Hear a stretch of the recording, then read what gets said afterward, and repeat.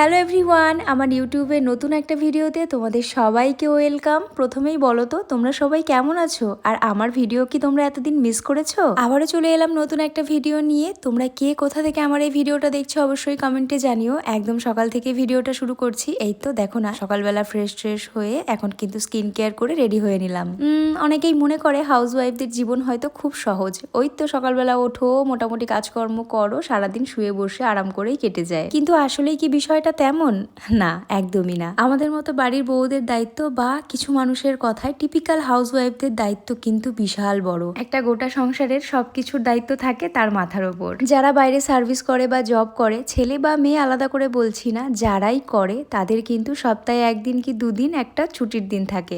কিন্তু আমাদের বাড়ির হাউস ওয়াইফদের কিন্তু কোনো ছুটির দিন থাকে না, আর মাস গেলে তাদের কোনো মাইনেও থাকে না। সে যাই হোক, যারা বোঝার তারা এমনিতেই বোঝে, আর যারা না বোঝার তাদেরকে হাজারবার বলেও বোঝানো যাবে না। এই যে সকালবেলা ঘুম থেকে উঠি, ঘুম থেকে ওঠার আগেই মানে বলতে পারো আগের দিন রাত্রে যখন ঘুমাতে যাই তখনই মাথার মধ্যে টেনশন থাকে সকালবেলা উঠে কোন কাজটা আগে করব, কোন কাজটা পরে করব, কিভাবে সবকিছু সামলাবো। আর ওই যে সকালবেলা ঘুম থেকে উঠি, একদম রাত্রে যখন ঘুমাতে যাই তখনই বিছানার মুখটা দেখি। এর মাঝে কখনোই একটুখানি অফুরন্ত সময় পাই না যে সময়টা একটুখানি শুয়ে থাকবো। তবে তাতে আমার বিন্দুমাত্র আফসোস নেই, কারণ আমি না ভীষণ সংসার প্রেমী একটা মানুষ। আমার মতন যারা সংসার, সন্তান, স্বামীকে ভালোবাসে তাদের কাছে সংসারের কাজকর্মগুলো খুব একটা কষ্টকর বলে মনে হয় না। বরং আমার তো বেশ ভালোই লাগে সংসারের কাজকর্মগুলো করতে, নিজেকে সারাক্ষণ ব্যস্ত রাখতে। দাঁড়াও, তার আগে বলি, আজকে না রান্না করতে করতে অল্প একটু আম মাখা করেছিলাম। ওই একটুখানি নুন আর লঙ্কা গুঁড়ো দিয়ে আমগুলোকে মেখেছি, আর ওর মুখের রিয়াকশনটা দেখে তো তোমরা বুঝতেই পারছো যে ওর কতটা ভালো লেগেছে। আজকে ও আম ডাল বানাচ্ছে, তার জন্যই দেখো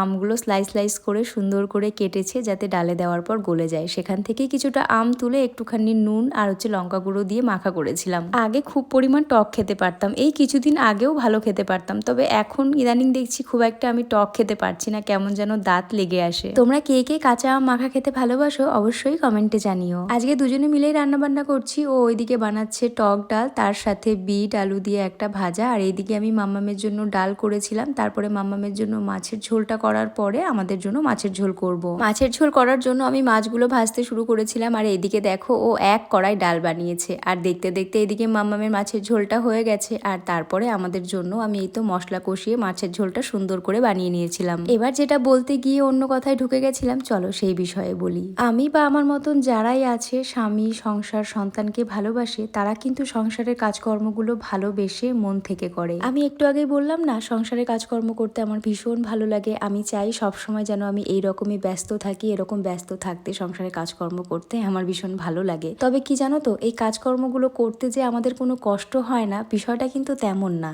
আমরা কাজগুলো ভালোবেসে মন থেকে করি বলে কষ্টটা আমাদের গায়ে লাগে না। আর যদি দিন শেষে এমন একটা মানুষ থাকে যার কাঁধে মাথা রেখে সারা দিনের সুখ দুঃখের গল্প করা যায়, তাহলে কিন্তু কষ্টগুলোকে আর কষ্ট মনে হয় না। তবে আবারও একই কথা বলবো, এই কাজগুলো করতে যে আমাদের কোনো কষ্ট হয় না এটা ভাববেন না। যে কোনো কাজই আমাদের কষ্ট করেই করতে হয়, সেটা বাইরের কাজ হোক বা বাড়ির কাজ। তাই যারা ভাবেন না বা এক কথায় বলে দেন ও তো বাড়ির বউ, ও হাউস ওয়াইফ, বাড়িতে কি আর এমন কাজ থাকে, দয়া করে কখনো নিজের বাড়ির বউকে বা অন্য বাড়ির বউকে ইঙ্গিত করে এই কথাটা বলবেন না। আর আমরা যারা বাড়ির ঘরের কাজকর্ম করে একটুখানি নিজের জন্য কিছু করার চেষ্টা করছি বা নিজের পায়ে দাঁড়ানোর চেষ্টা করছি, তাদেরকে দেখেও দেখি আজকাল কিছু মানুষ ব্যঙ্গ করে। আমি জানি না কেন, আসলে সমস্যাটা কি তাদের বা সমস্যাটা কোথায়। তোমরা কেউ জেনে থাকলে অবশ্যই আমাকে কমেন্টে জানিয়ে যেও।